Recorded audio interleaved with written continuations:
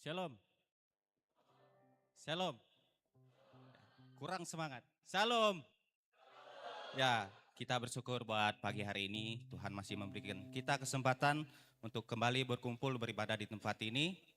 Sebelum kita lebih jauh dalam ibadah kita, saya mengajak kita untuk mengambil satu teduh sejenak. Satu teduh dimulai.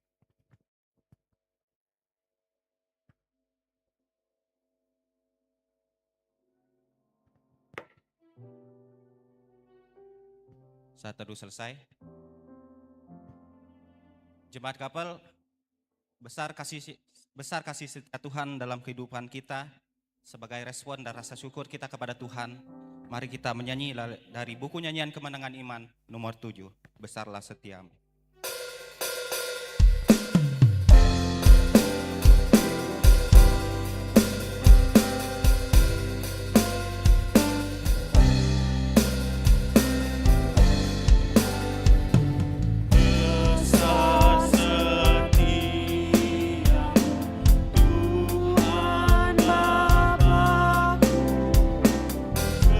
Besarlah kasih-Mu.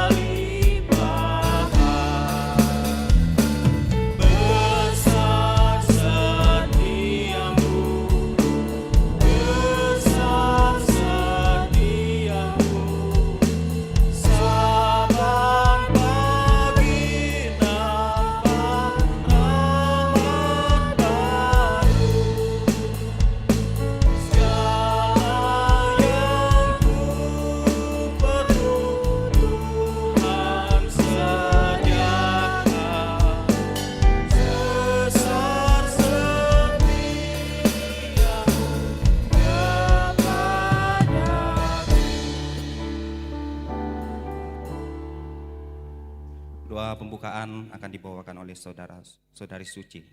Mari kita berdoa. Bapa dalam kerajaan sorga, pagi hari ini kami mengucap syukur untuk penyertaan-Mu dalam kehidupan kami. Tuhan boleh mengumpulkan kami lagi di tempat ini untuk bersama-sama memuji dan memuliakan nama-Mu Tuhan. Kiranya Tuhan memberkati seluruh rangkaian ibadah kami ini dari awal, pertengahan hingga berakhir dengan baik. Dalam nama Yesus kami berdoa dan mengucap syukur. Haleluya. Amin. Kita akan memberikan yang terbaik buat Tuhan. Sambil kantong persembahan akan dijalankan di antara kita. Kita menyanyi dari buku nyanyian Kemenangan Iman nomor 194.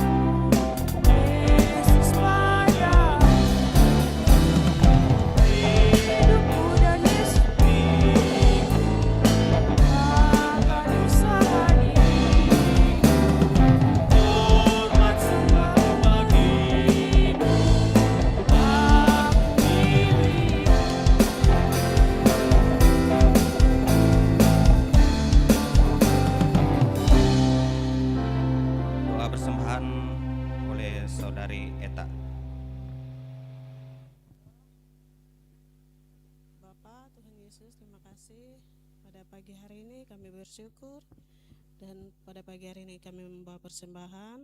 Engkau terus memberkati anak-anak Tuhan yang sudah memberi persembahan dan juga tidak memberi. Engkau terus memberkati dalam setiap kehidupan kami Tuhan. Dan ibadah selanjutnya kami hanya serahkan ke dalam tangan-Mu yang penuh maha kuasa. Terima kasih Bapa, inilah doa dari anak-Mu. Haleluya, amin.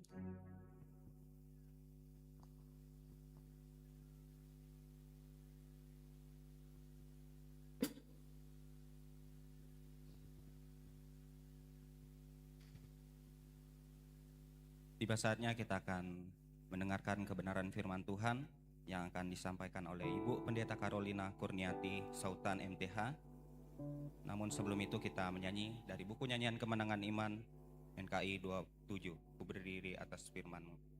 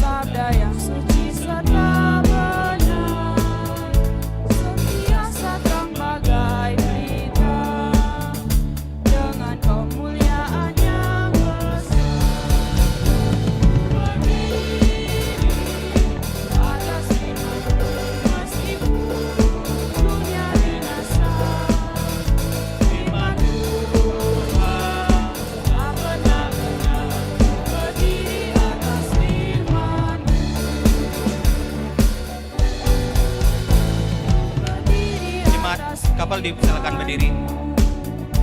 Yang tunjuk pada jalan hidup, Dia bariskan semua kata, berisi roh Allah yang hidup.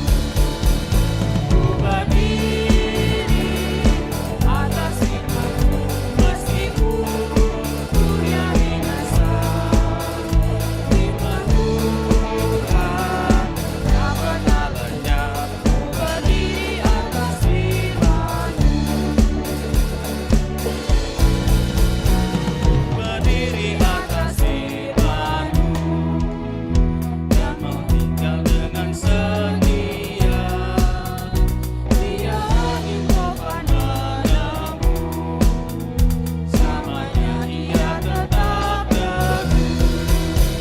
Ku berdiri atas firman-Mu, meskipun dunia binasa. Firman Tuhan tak pernah lenyap. Ku berdiri atas firman-Mu.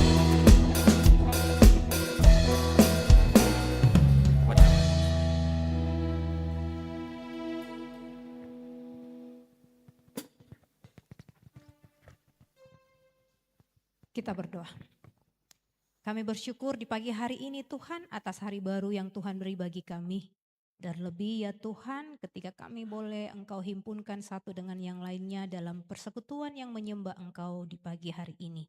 Dan kami percaya setiap kami yang hadir kami pasti diberkati. Saat ini ya Tuhan kami akan mendengarkan kebenaran firman-Mu.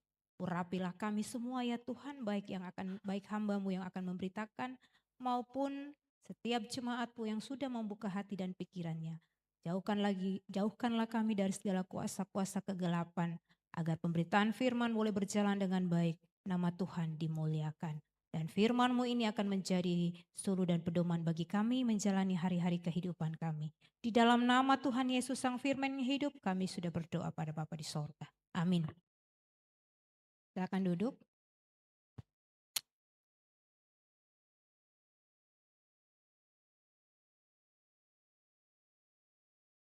Mari kita membuka Kisah Para Rasul 20. Kisah Para Rasul 20 ayat yang ke-17 hingga ayat yang ke-38. Kisah Para Rasul 20 ayat 17 hingga ayat yang ke-38. Firman Tuhan berkata, dari Miletus ia mengirim pesan ke Efesus untuk meminta para penatua jemaat datang ke Miletus. Sesudah mereka datang, berkatalah ia kepada mereka, kamu tahu bagaimana aku hidup senantiasa di antara kamu sejak hari pertama aku tiba di Asia ini. Dengan segala kerendahan hati aku melayani Tuhan. Dalam pelayananku itu aku banyak mencucurkan air mata dan banyak mengalami pencobaan dari pihak orang Yahudi yang bersekongkol membunuh aku. Sesungguh pun demikian aku tidak pernah lalai melakukan apa yang berguna bagi kamu. Semua kuberitakan dan kuajarkan kepada kamu, baik di depan umum maupun dalam perkumpulan di rumah-rumah. Aku senantiasa bersaksi kepada orang-orang Yahudi dan orang-orang Yunani, supaya mereka bertobat kepada Allah dan percaya kepada Tuhan kita, Yesus. Sekarang sebagai tawanan roh, aku pergi ke Yerusalem dan aku tidak tahu apa yang akan terjadi atas diriku di situ. Selain yang dinyatakan Roh Kudus dari kota ke kota kepadaku, bahwa penjara dan sengsara menunggu aku. Tetapi aku tidak menghiraukan nyawaku sedikit pun, asalkan aku dapat mencapai garis akhir dan menyelesaikan pelayanan yang kuterima oleh Tuhan Yesus kepadaku untuk bersaksi tentang Injil anugerah Allah. Sekarang aku tahu bahwa kamu tidak akan melihat mukaku lagi. Kamu sekalian yang telah kukunjungi untuk memberitakan kerajaan Allah. Sebab itu pada hari ini aku bersaksi kepadamu bahwa aku bersih dari darah siapapun juga. Sebab aku tidak lalai memberitakan seluruh maksud Allah kepadamu. Jagalah dirimu dan jagalah seluruh kawanan. Karena kamulah yang ditetapkan Roh Kudus menjadi pengawas untuk mengembalakan jemaat Allah yang diperolehnya dengan darahnya sendiri.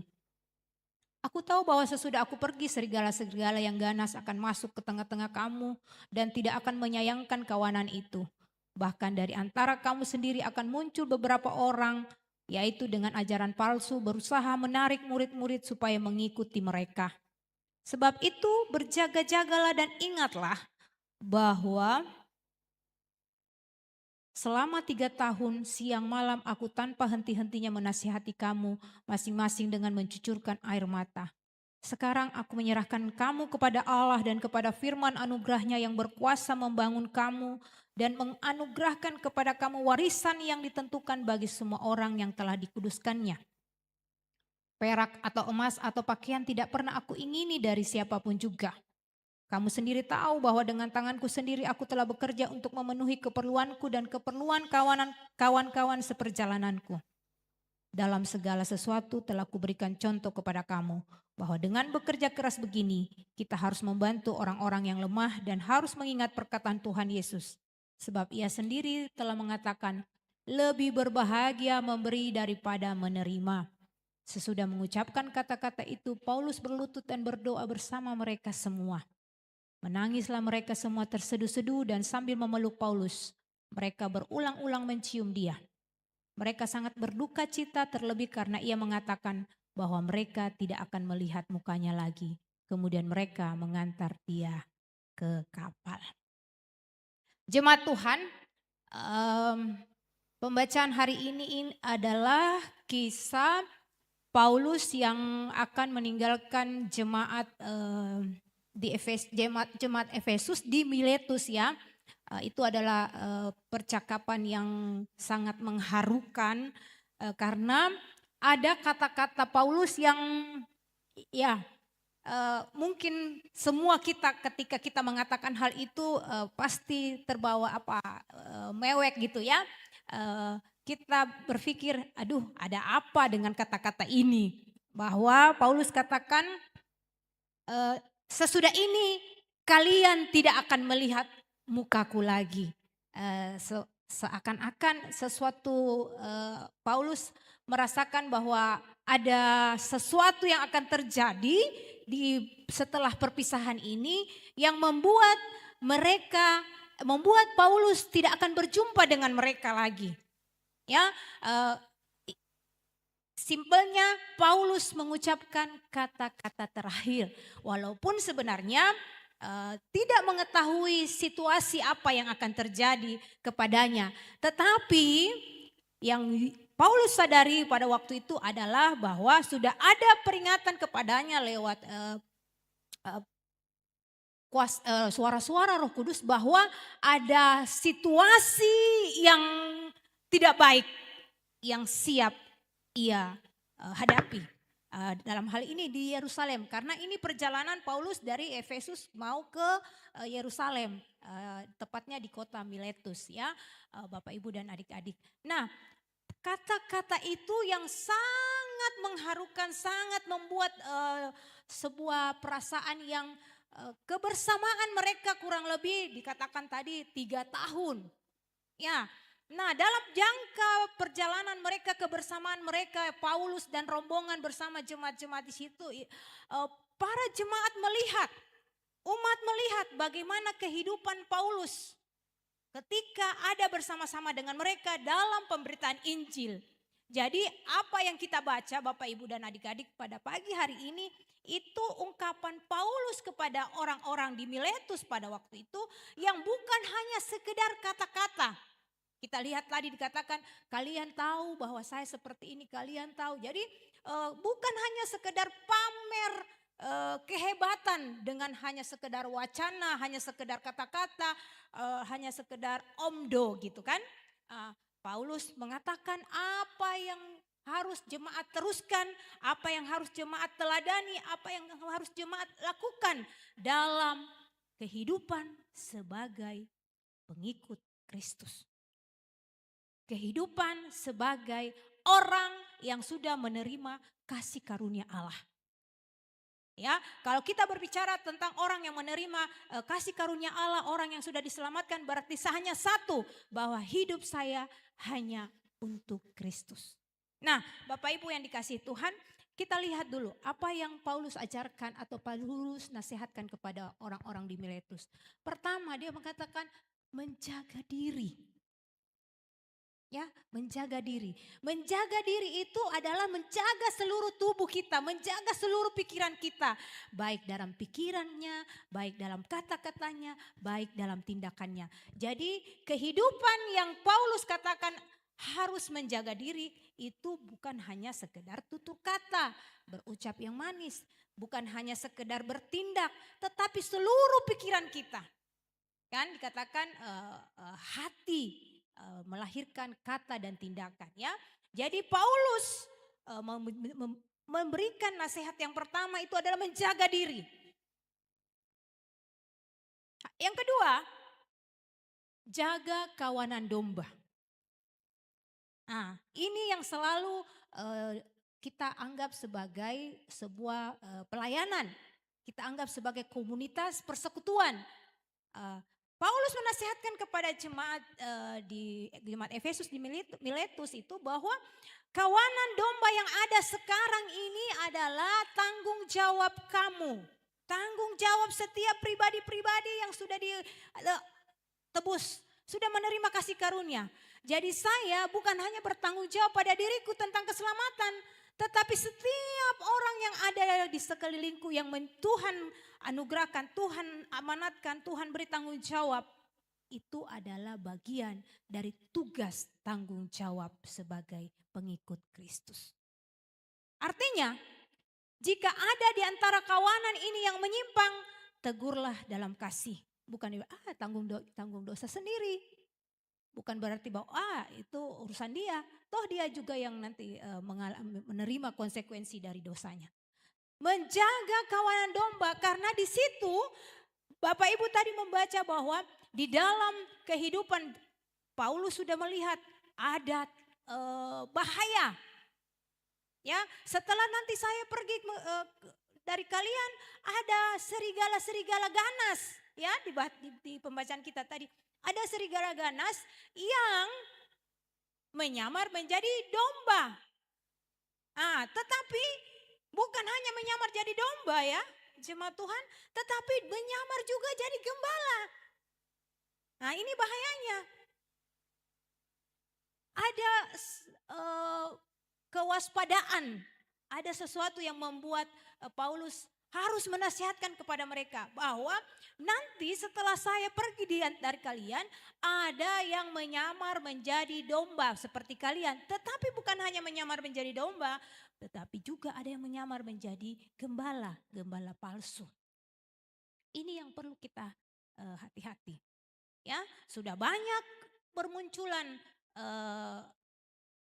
para pemberita-pemberita Injil katanya mendapat wahyu, katanya mendapat penglihatan yang memberikan ajaran-ajaran yang bertentangan dengan ajaran-ajaran Kristus. Tidak ekstrim Bapak Ibu ya, ini yang kita perlu waspadai. Tidak ekstrim ajarannya bahwa mengaku sebagai pengikut Kristus lalu mengajarkan gembala-gembala palsu, tidak mengajarkan secara ekstrim lawan Tuhan Yesus, jangan mendengarkan firman-Nya, jangan taat pada firman-Nya. Tidak ekstrim seperti itu Bapak Ibu ya. Ini yang perlu kita waspadai, bahwa para gembala-gembala atau domba-domba palsu itu justru masuk dengan cara kelemah lembutan, dengan cara yang halus, yang membuat kita akhirnya menjadi candu dalam tanda kutip dengan ajarannya. Ini yang perlu kita waspadai sebagai pengikut Kristus. Apalagi kehidupan dewasa ini. Ya, tidak ada di antara kita yang tidak punya gadget. Ya, tidak ada di antara kita yang tidak mengenal itu yang namanya internet. Semua pasti. Bahkan mungkin ada orang yang sampai 2 atau 3 gadgetnya. Ya, memunculkan adanya berhala-berhala baru. Memunculkan yang namanya dewa-dewa baru. Bangun tidur bukannya saat teduh baca Alkitab bersyukur, cari dulu gadgetnya. Ada pesan yang sebelum baca, ada sesuatu yang saya harus cari. Ya, akhirnya kita menjadi candu dan lambat laun kita sudah mengabaikan yang namanya keselamatan dari Tuhan Yesus. Itu. Dan yang ketiga Bapak Ibu, tugas yang diamanatkan kepada jemaat oleh Paulus bahwa harus waspada untuk tetap pada jalur-jalur yang Tuhan kehendaki. Nah, Bapak Ibu, kalau kita sebagai mahasiswa, dosen kita ada di kelas, semua pada siaga, ya. Semua pada siaga, semua pada fokus kepada dosen, kepada mungkin atau pemimpin di kelas. Tetapi coba kalau kita dalam keadaan daring atau mungkin dosennya keluar langsung riuh, langsung mulai ada gerakan-gerakan tambahan, tidak lagi fokus, ya itu hal yang seringkali terjadi. Nah, Paulus menasihatkan kepada jemaat di Miletus bahwa mereka harus menjaga kawanan domba ini, jemaat-jemaat yang sudah menerima kasih karunia ini untuk berjalan tetap pada koridor yang Tuhan kehendaki. Tidak ada kompromi dengan dosa, tidak ada wilayah abu-abu yang ada kalau salah hitam yang benar putih. Tidak ada bilang dosa kecil. Tidak ada yang tidak apa-apa berbohong untuk kebaikan. Tidak apa-apa mencuri untuk menolong fakir miskin. Tidak ada. Ini yang perlu kita gumuli juga. Bahwa kadangkala kita berkompromi dengan dosa yang kita anggap dosa kecil. Tetapi itu adalah sesuatu yang fatal. Karena yang namanya dosa tetap dosa. Jangan berselubung dengan kebaikan. Jangan berselubung dengan hal-hal yang kita anggap sebagai sesuatu yang diperintahkan Tuhan. Padahal teknis yang kita lakukan itu adalah dosa. Harus kita pahami itu. Kadang-kadang kita kompromi. Karena apa? Kita di dunia manusia Ki. Sekali-kali boleh. Itu selalu kita ucapkan. Itu selalu yang kita pikirkan bahwa sekali-kali boleh, kecil-kecil boleh. Karena ujung-ujungnya adalah kebaikan. Itu. Kewaspadaan itu yang Paulus berikan penasehat kepada mereka bahwa jangan sekali-kali kompromi dengan hal-hal kecil, hal dosa meskipun itu dianggap kecil. Karena dalam kebenaran firman Tuhan tidak ada yang namanya zona abu-abu. Tidak ada yang bisa mencampurkan antara kebenaran dengan dosa. Tidak ada. Dosa tetap dosa dan kebenaran tetap kebenaran firman Tuhan. Bapak Ibu yang dikasihi Tuhan, kalau kita lihat profil seorang Paulus, dia adalah kalau dalam dunia sekuler ada mungkin yang ahli IT, ada mungkin yang ahli di bidang masing-masing itu. Kalau kita bilang Paulus itu adalah seorang yang sangat profesional. Profesional dalam artian pelayanan yang dia lakukan benar-benar profesional pelayanan. Bukan di bawah itu profesi ya yang mendapatkan gaji atau mendapatkan upah atau mendapatkan honor dari itu ya. Tetapi maksudnya seperti ini. Paulus itu melayani benar-benar dia profesional dengan integritas yang tinggi. Dengan integritas yang tinggi. Kita pun membaca tadi bahwa Paulus bukan hanya mengorbankan banyak hal. Sampai mencucurkan air mata, sampai menderita di penjara dan sebagainya. Tetapi dia pun bilang nyawanya pun dia mau berikan untuk Tuhan. Nah ini yang menjadi tema kita. Bahwa hidup untuk Kristus. Profesionalitas pelayanan Paulus ini bukan untuk sebuah honor, bukan untuk sebuah amplop, bukan untuk sebuah gaji. Dia memiliki integritas yang tinggi bahwa hidupnya memang benar-benar dia sudah persembahkan untuk Tuhan. Ketika rombongannya tidak punya uang, dia bekerja. Kan Paulus ini berjalan memberitakan Injil dalam pelayarannya itu kan didampingi banyak orang. Ketika dia mengalami kesulitan ekonomi di dalam pelayanannya, dia tidak meminta-minta kepada jemaat. yang dikunjunginya. Tetapi dia bekerja dikatakan dalam pembacaan kita. Jadi dia menjalankan tugasnya itu hingga tuntas di ayat 26 tadi. Sampai selesai. Kemudian di ayat 31 dia benar-benar dalam pelayanannya itu bersungguh-sungguh. Bukan setengah-setengah. Bukan ketika ada amplop, bukan ketika ada transport, bukan ketika ada apresiasi. Tetapi dia lakukan itu karena dia tahu yang dia layani adalah Allah yang sanggup memenuhi semua kebutuhannya. Dan dalam profesional juga ini kita lihat bagaimana metode atau strategi pelayanan yang dilakukan oleh Paulus sehingga setiap pelayanannya itu benar-benar tepat sasaran.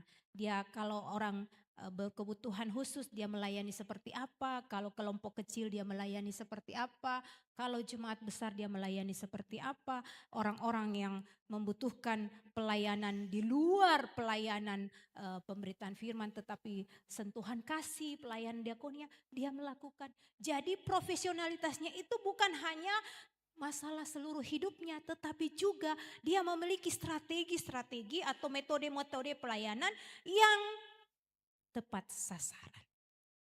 Nah, Bapak Ibu yang dikasihi Tuhan, apa yang kita pelajari dari apa yang dinasihatkan Paulus kepada jemaat di Miletus? Kita lihat pertama, konsep pelayanan Paulus itu adalah konsep yang menghamba. Ya, konsep pelayanan yang menghamba. Aku ini hamba, yang kulayani adalah Tuhan yang kuberitakan. Jadi dia tidak memegahkan diri. Ya, dia tidak memegahkan diri. Kalaupun dia menghamba Bapak Ibu, tadi dikatakan tidak mengemis. Menghamba dalam artian bahwa seluruh hidupnya itu untuk kemuliaan Tuhan. Bukan untuk kemegahan dirinya. Ya, ini konsep pelayanan menghamba. Nah, bukan juga bahwa serta-merta Paulus melakukan pelayanan yang hina atau pelayanan yang rendah. Tetapi menghamba dalam artian bahwa dia melakukan apa yang diperintahkan oleh tuannya, yaitu Allah yang mengutus dia.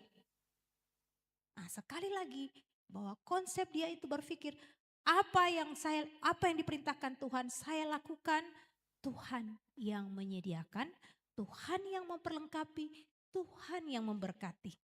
Itu konsep menghamba itu. Dan dia tidak sekalipun dia mengeluh dengan segala penderitaan, dengan segala kesusahan, dengan segala situasi-situasi sulit yang ia alami di sepanjang pelayanannya. Dan hal kedua Bapak Ibu,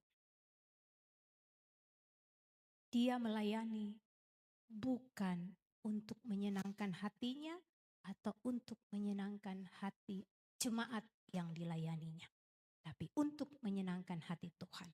Ini poin penting Bapak Ibu dalam pelayanan di tengah-tengah kehidupan kita di masa-masa sekarang. Karena apa Bapak Ibu? Kadangkala ya, saya melayani satu keluarga, misalnya ya, saya melayani satu keluarga. Sekalipun keluarga itu berbuat dosa, saya bilang tidak apa-apa gitu. Karena untuk menyenangkan dia, supaya dia tidak lari, supaya tidak membenci saya, supaya tidak membenci Injil, tidak. Nah, itu yang dilakukan oleh Paulus Bapak Ibu dan adik-adik yang kekasih. Bahwa dia melakukan sesuatu, dia memberitakan Injil demi menyenangkan hati Tuhan, untuk menyenangkan hati Tuhan, bukan menyenangkan hati orang. Saya tidak mau dibenci oleh komunitas mahasiswa STT Jafri, saya tidak mau memberitakan tentang hal-hal buruk mereka. Saya tidak mau dibenci oleh keluarga si A ketika saya melayani, jadi sekalipun anaknya si A itu melakukan hal salah, oh tidak apa-apa. Supaya jalan pelayanan berjalan baik. Bukan begitu yang Paulus ajarkan. Dia bilang, saya melayani orang yang Yahudi, saya melayani orang Yunani, meskipun di antara mereka ada yang membenci saya. Karena tujuan pelayanan saya adalah mereka semua bertobat. Saya melayani orang yang mau masuk surga atau saya melayani orang yang mau masuk neraka, saya tetap melayani memberitakan Injil. Sekalipun mereka nanti akan membunuh saya. Sekalipun mereka nanti akan menyakiti saya. Sekalipun mereka nanti akan membenci saya.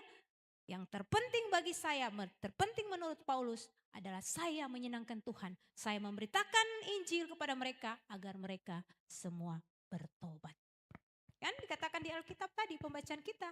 Melayani Yunani, melayani Yahudi, melayani orang-orang yang berdosa, melayani orang-orang yang mau diselamatkan. Bahkan orang-orang yang anti Kristus dia layani. Dengan pemberitaan, satu pokok pemberitaan. Allah menyelamatkan manusia di dalam Yesus Kristus. Nah, Bapak Ibu yang kasih Tuhan, adik-adik yang sama-sama diberkati, hidup menjadi pelayan Tuhan itu memang tidak enak. Ya, hidup menjadi pelayan Tuhan itu tidak enak. Tetapi meskipun tidak enak bukan berarti kita tidak masuk dalam lingkaran sebagai pelayan Kristus. Bukan berarti kita menjauh, bukan berarti wah daripada menjadi pelayan Tuhan tidak enak, lebih baik kita bisnis, lebih baik kita bekerja sesuai dengan yang kita enak. Ya, ini Bapak Ibu saudara-saudara yang kasih Tuhan, fenomena di antara para pendeta-pendeta ya, sedikit intermezzo bahwa kalau diadakan penelitian hampir 90% anak pendeta tidak mau jadi pendeta, gitu ya. Kalau bapak ibunya dokter, anaknya mau jadi dokter, minimal salah satu anaknya. Bapak ibunya polisi, salah satu minimal jadi polisi. Bapak ibunya guru, salah satu ya. Kalau pendeta, 90% lebih tidak mau jadi pendeta. Dengan alasan, saya sudah lihat mamaku, bapakku dihina sama jemaat.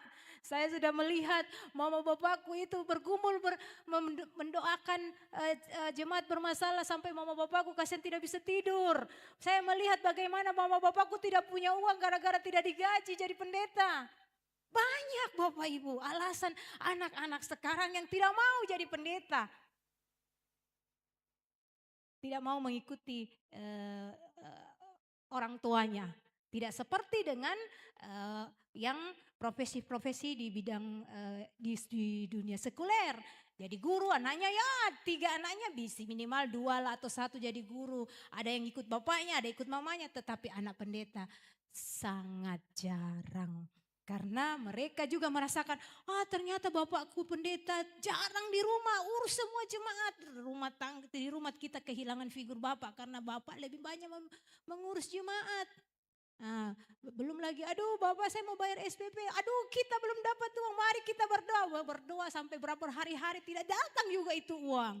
Ya, jadi Bapak Ibu itu bukan berarti kita tidak melayani Tuhan. Susah, penderitaan, pergumulan, tantangan, rintangan bukan berarti kita tidak hidup untuk Tuhan. Ini yang menjadi poin penting dalam perenungan kita pada pagi hari ini, bahwa meskipun tantangan, meskipun kesusahan, meskipun pergumulan itu ada, hidup kita tetap untuk Tuhan.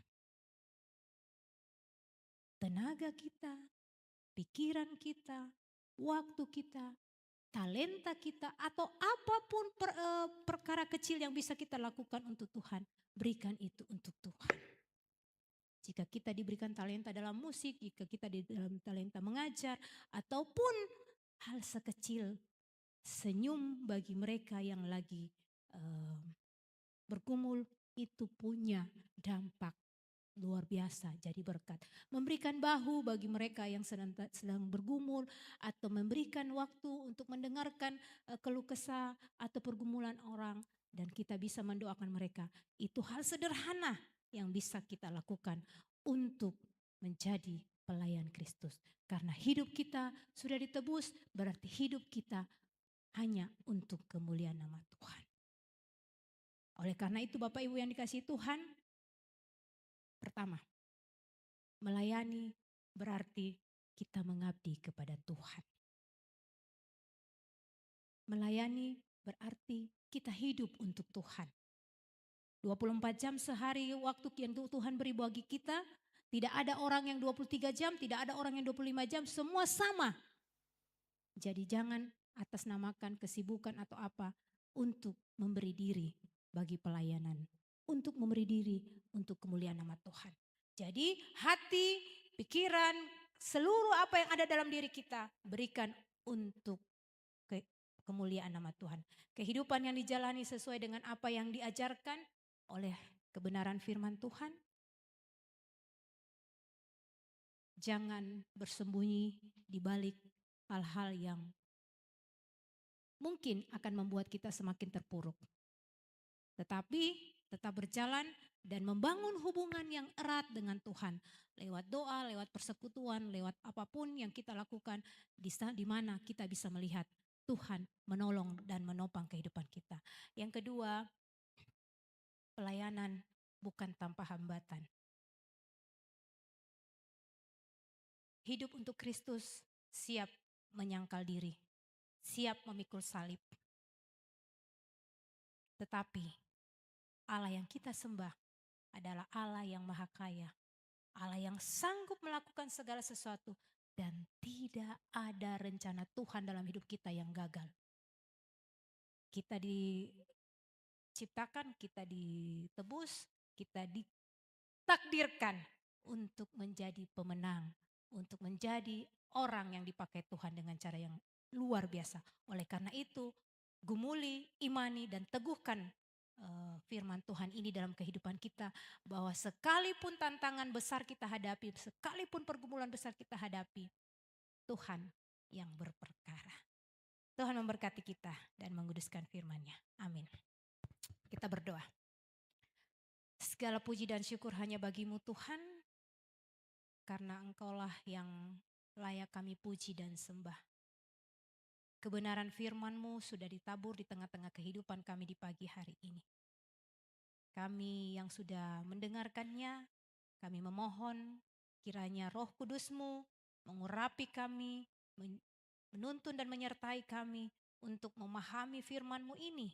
Bukan hanya kami memahaminya, tetapi dalam kuasa Roh Kudus-Mu kami dimampukan untuk menjadi pelaku-pelaku firman-Mu ini di tengah-tengah kehidupan kami.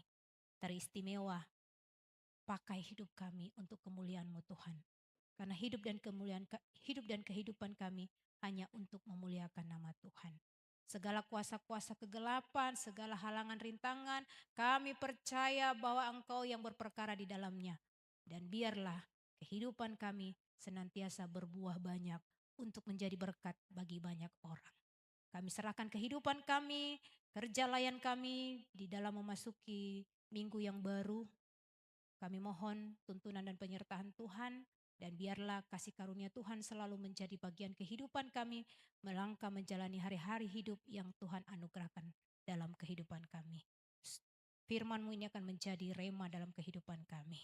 Dan inilah kami yang bersyukur kepadamu Tuhan, di dalam nama Tuhan Yesus Kristus. Kami berdoa dan bersyukur pada Bapa di sorga. Amin.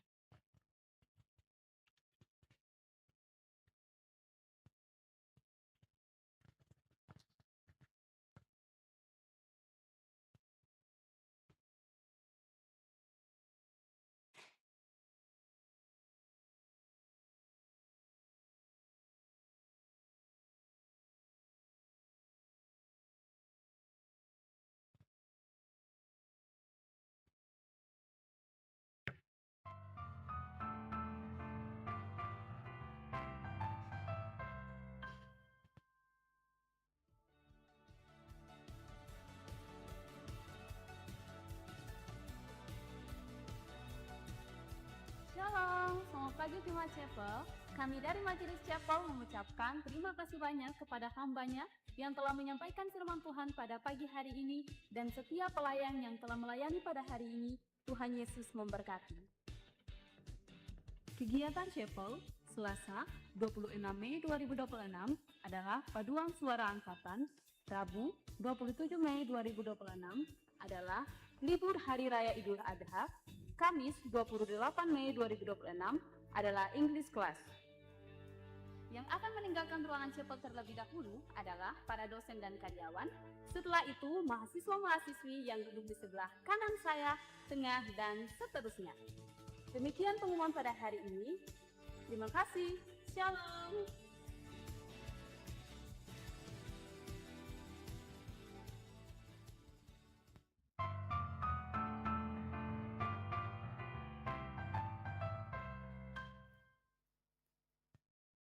Terima kasih atas kebenaran firman Tuhan yang sudah disampaikan oleh Ibu Pendeta Carolina Kurniati, Sultan MTH. Tuhan Yesus memberkati. Kita akan menyanyikan lagu tema kita semester ini. Saya mengajak jemaat kapal berdiri. Nanti doa penutup akan dipimpin oleh Bapak Pendeta Dr. Simon Tarigan MTH.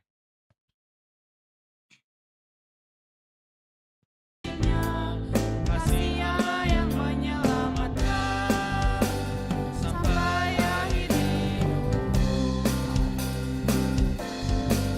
Yang terutama bagimu, tunaikan tugas dari Kristus sebagai pelayan, saksi yang setia beritakan Injilnya.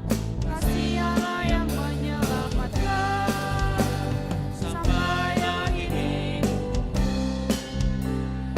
Hidup bagi Kristus.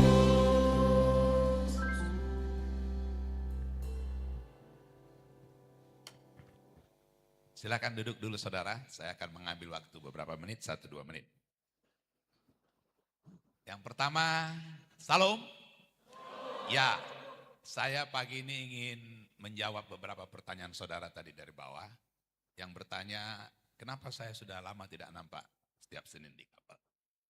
Jadi begini, sebenarnya semester lalu saya sudah bilang sama Pak Robi, sudah waktunya saya mundur jadi pembina kapal. Karena apa yang ditugaskan kepada saya anggap sudah berjalan. Ya, saya sungguh berbahagia sekali tadi kalau melihat saudara menyanyi. Liturgi sudah begitu bagus. Ya, selalu saya katakan kepada pemain musik, lagu kontemporer tidak ada masalah. Tetapi akan menjadi masalah kalau lagu kemenangan iman kita tinggal. Itu sangat bermasalah. Ya, yang kedua saya katakan, liturgi yang penting 4 akta itu harus ada. Ya. Menghadap Tuhan, pemberitaan firman, persembahan, dan berkat. Ya. Dan lagu-lagu yang mengiringnya harus sesuai. Jangan lagu pembukaan dipakai lagu pengutusan, jangan lagu pengutusan dipakai lagu pembukaan. Ya. Saudara melihat tadi kita menyanyi, ya, NKI nomor 7, luar biasa. Ya, saya katakan selalu kepada orang bermain musik, kalau melihat lagu, jangan lihat melodinya. Melodinya bisa membuat hati saudara digoncang-goncang di dalam saudara bisa mengeluarkan air mata. Karena melodi itu bisa menipu. Tetapi di dalam melodi saudara harus melihat firman Tuhan di dalamnya. Itulah perbedaan lagu kontemporer dengan NKI. Coba saudara kata-kata lagu kontemporer, saudara buang musiknya, tinggal kata-katanya. Lagu NKI, saudara buang musiknya, tinggal kata-katanya. Perhatikan perbedaannya dengan jelas saudara akan melihat. Di lagu NKI ada firman Tuhan. Di lagu kontem tidak jelas firman. Di situ kalau mau lihat musik, jangan melodinya. Melodi kalau dari C ke A minor, ke E minor, ke dim, itu memang bisa membuat hati kita seperti Tuhan datang. Belum tentu. Ya, saudara sedang dibius oleh melodi musik, bukan oleh firman Tuhan. Itu yang pertama ingin saya tegaskan. Jadi sebenarnya pada waktu itu saya sudah bilang sama Pak Robi. Dan saya sebenarnya sudah bilang sama Ibu Mega dengan Pak Andi Gotip, yang saya harap nanti bisa diterima untuk selanjutnya menjadi pembina. Tapi pada rapat terakhir saya masih mengingat, ya, rapat terakhir dengan Majelis Kapal, Ibu Mega bilang, Pak, tolong 6 bulan lagi bersama dengan kami. Ya, jadi pelan-pelan saya masih ikut ya. Saudara lihat lagu tema tadi? Itu kali ini buatan Ibu Mega itu. Ya, luar biasa kan lagunya kan? Lebih bagus dari saya. Tepuk tangan untuk Ibu Mega dulu walaupun dia tidak hadir.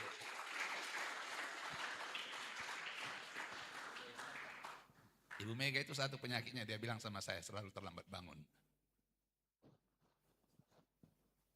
Itu saudara, jadi saya harap semester depan tentu sudah akan ada yang baru. Yang kedua, mengenai hari ini. Karena kelas saya hari ini banyak, saya tidak akan bisa lagi menghubungi saudara satu demi satu. Jam 1 nanti itu adalah 4 mahasiswa temannya Albert. Itu bertemu di kantor saya. Kemudian jam 2 sampai jam 4 itu mahasiswa manajemen gereja. Ya, saya rubah jadwal sedikit. Kemudian jam 4 sampai jam 5.30 itu adalah mahasiswa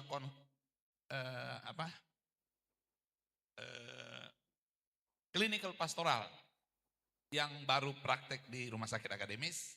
Kita akan selesaikan masalah pasien saudara di jam 4 sampai dengan jam 5.30. Ya, waktunya saya rubah sedikit ya. Saya kira itu sedikit. Mari kita berdiri dan kita akhiri ibadah ini. Arahkanlah hati dan pikiranmu kepada Tuhan dan terimalah berkat-Nya. Kiranya kasih daripada Tuhan Yesus Kristus, kasih daripada Allah, kekuatan, perlindungan, penghiburan oleh Roh yang Kudus, tinggal menyertai kamu sekalian dari sekarang ini sampai selama-lamanya.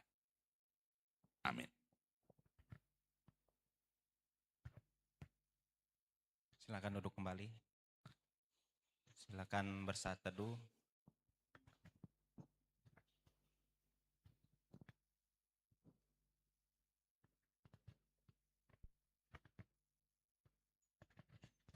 Baik, selamat pagi Bapak Ibu semuanya. Ya, senang bisa jumpa lagi pagi ini dan terima kasih kepada Ibu Pendeta Carolina, Magister Teologi sudah hadir dan berbagi firman bagi kita.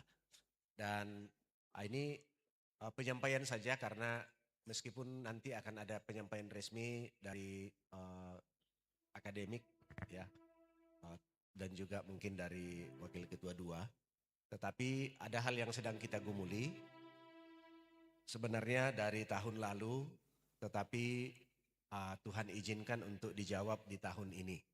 Begitu ya, jadi dari tahun lalu dengan yayasan pun kami sudah berbicara bahwa kita rencana untuk memasang satu videotron di depan sini. Tetapi waktu itu karena kami pikir pembangunan sedang berjalan, jadi pikirnya adalah mari kita satu-satu. Tetapi puji Tuhan bahwa di akhir periode Tuhan berbuat lain dan Tuhan menitipkan berkat-Nya sehingga kita akan punya videotron di sini 5,7 dikali 2,8. Ini cukup besar. Masalahnya adalah tempat ini kalau 5 kali 7 2,8 ini hanya 3 meter berarti videotronnya di belakang kita. Oke, paham ya? Maka hal pertama yang kami akan buat adalah kita akan mengubah plafon ini sehingga videotronnya akan di atas. Oke? Dan mungkin tersisa sekitar 1,4 atau 1,3 di sini. Jadi paling tidak videotron sampai di sinilah. Tidak terpele semuanya, tapi ini cukup besar. Nah, untuk itu yang saya ingin sampaikan adalah minta maaf kepada Bapak Ibu dosen pertama. Yang kedua kepada semua saudara mahasiswa yang mengambil kuliah dan ditempatkan di Kapel. Karena minggu ini kami ingin percepat pengerjaan karena videotron sudah dipesan dan siap dipasang pada sebenarnya dalam minggu ini. Tetapi karena ini akan dikerjakan lebih awal, maka saya minta izin kepada Bapak Ibu dosen dan juga mahasiswa yang menggunakan Kapel di minggu ini untuk dapat mengubah jadwal ataupun tempat ataupun model perkuliahan. Ya, mengapa? Karena ini perlu dikerjakan. Ya, kalau tunggu libur berarti masih lama. Masalahnya sponsor meminta saya cepat dipasang. Jadi puji Tuhan kita sudah dapatkan donasi 150 juta untuk pengadaan Videotron ini. Kita bersyukur untuk itu. Kalau mau tepuk tangan bagi Tuhan. Ya, jadi Tuhan berbuat lain ya. Yang lalu kami hanya dapat 100 juta. Biayanya memang sekitar 150-an juta, lebih sedikit. Tapi kemudian seorang anak Tuhan katakan, saya bantu 100 juta. Bagaimana? Sekolah mampu nggak 50 jutanya? Saya pikir dari tahun lalu memang kita mau beli. Kita sudah programkan. Jadi beliau kasihlah 100 juta. Tapi saya belum kembali kemarin, dapat pesan lagi, ada lagi yang bantu 50 juta. Puji Tuhan. Begitu ya. Kita senang dengan apa yang Tuhan buat. Tetapi tentu bagi saudara mahasiswa, fasilitas-fasilitas seperti ini adalah anugerah Tuhan bagi kita. Sejujurnya hampir semua gedung yang hari ini saudara lihat berdiri di kampus ini, hampir semua fasilitas yang saudara lihat ada di kampus, itu semua adalah anugerah Tuhan lewat tangan-tangan orang-orang yang tentu Tuhan kasihi dan mengasihi Tuhan. Nah, saya hanya minta Bapak Ibu Saudara, mahasiswa doakanlah orang-orang yang terulur, ya, tangannya terulur bagi kampus ini. Banyak mereka tidak mau menyebutkan dan disebutkan namanya, maafkan. Ya, maafkan. Mungkin karena itu juga bisa menjadi pertanyaan bagi saya. Tetapi percayalah bahwa itu karena keinginan orangnya, bukan saya tidak mau menyebutkannya. Itu keinginan orangnya. Tetapi semua uang masuk ke kas sekolah. Jadi tidak perlu ada pertanyaan ya. Semua uang itu dikirimkan ke sekolah. Nah, tapi kita berupaya untuk membuat yang terbaik bagi kampus ini. Dan berharap bahwa dengan apa yang terus dikerjakan, saudara boleh memang memanfaatkan dan kemudian fasilitas ini boleh memberikan juga dorongan bagi saudara untuk berprestasi dalam studi. Ya. Saya mengunjungi banyak sekolah hari-hari ini dan berjumpa dengan banyak sekolah dengan fasilitas yang sangat sederhana. Sangat sederhana. Tentu membuat saya sedih juga, tetapi di sisi lain mengingat kampus kita, saya bersyukur. Saya bersyukur dengan apa yang Tuhan buat. Tentu yayasan dalam hal ini Bapak Pendeta Dr. Simon Tarigan dan teman-teman yang cukup lama mendampingi kita, relasi-relasi mereka itu luar biasa untuk juga mendatangkan berkat ya bagi kampus ini. Itu yang pertama. Yang kedua adalah juga saya ingin titipkan kepada mahasiswa supaya saudara dalam hal belajar ini saudara tolong belajar dengan baik ya, belajar dengan giat. Ya. Karena ini harapan orang tua. Kami ketemu banyak orang tua dan ada juga yang hanya melalui telepon, tetapi kami mendengar keadaan mereka yang sulit di masa-masa sulit ini. Karena itu saya bilang apalagi ya, kami tidak bisa membantu semua orang, tetapi kami berharap bahwa saudara kenal orang tua saudara. Saudara kenal profesi mereka, saudara kenal kesulitan-kesulitan. Tolong hargailah perjuangan orang tua saudara. Untuk saudara ada di sini, studi dan selesai dengan baik. Ini saya hanya menyampaikan. Tidak semua orang tua saudara menelpon saya tentunya. Ada beberapa, tetapi dari situ saya paham bahwa ini sulit. Tetapi saudara dengan ibadah yang setiap hari kita dengar firman Tuhan, saudara juga tahu bahwa Tuhan ada. Amin. Tuhan ada, Ia bertanggung jawab. Nah, itu yang kedua. Yang ketiga, ini titipan. Saya sungguh ingin menitipkan kepada saudara ini bulan Mei akhir. Dan dalam kurun waktu 1 bulan ke depan, kita segera memulai dengan penerimaan mahasiswa baru. Nah, ini akan menjadi sebuah pergumulan berat bagi kita. Tetapi saya berharap saudara menjadi ujung tombak untuk promosi sekolah. Saya tanya dulu, saudara senang tidak kuliah di STT Jafri? Senangnya kok 25%. Saudara senang tidak kuliah di sini? Saudara bangga tidak kuliah di sini? Tolong sampaikan rasa senang dan rasa bangga saudara kepada adik-adik saudara di rumah, di gereja, di kampung halaman, di kota, di mana saja saudara datang.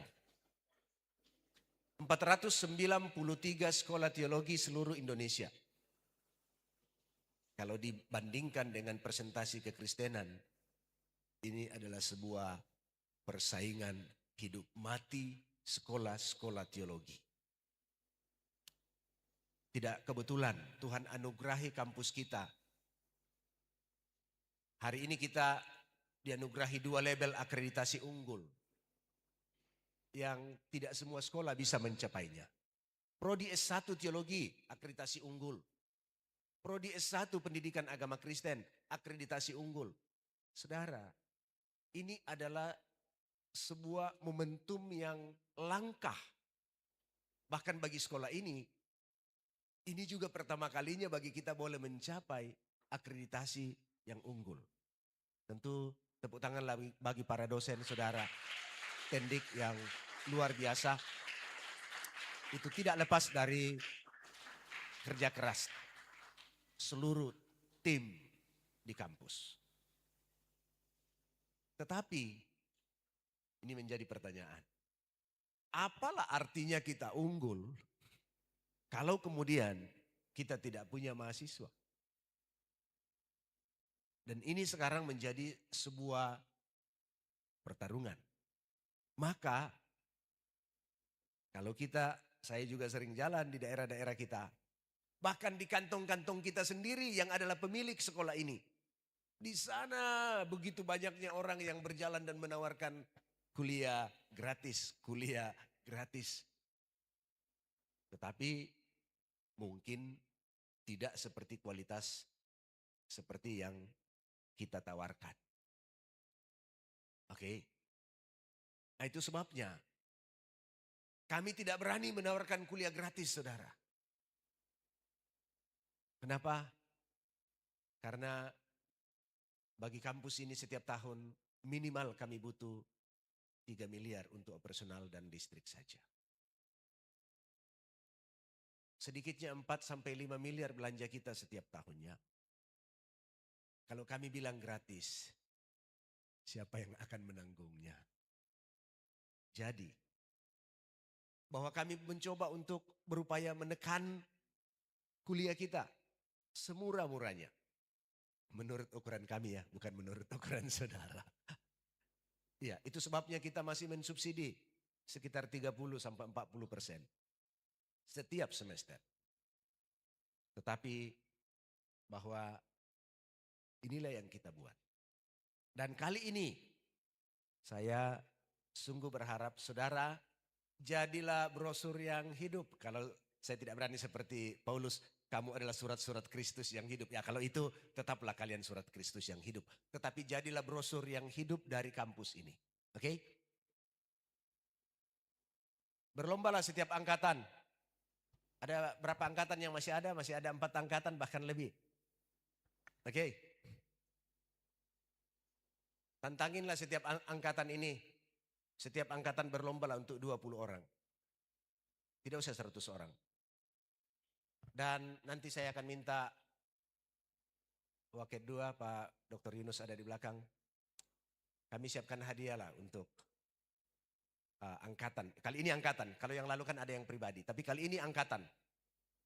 Angkatan yang berhasil membawa 20 orang ke sini.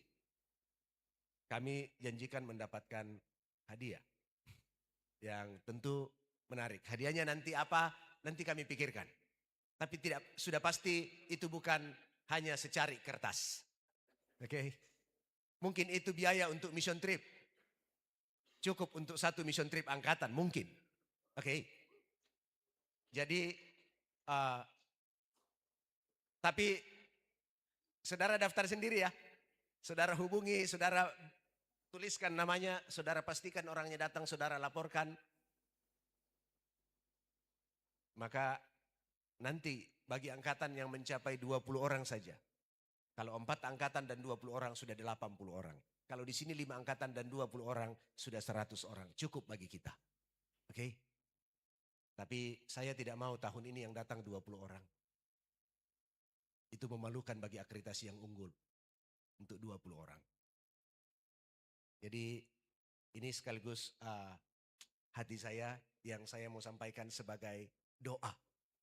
Untuk menjadi doa kita, tetapi pada waktu yang sama saya menantang saudara, marilah bercerita. Ada iklan-iklan yang diterbitkan oleh panitia penerimaan maba setiap minggu. Ada video-video pendek, ada brosur. Bagikanlah ke grup-grup keluarga, grup-grup gereja di mana saudara ada. Oke? Itu saja. Saya kira demikian yang saya bisa sampaikan. Kiranya Tuhan memberkati kita. Selamat pagi.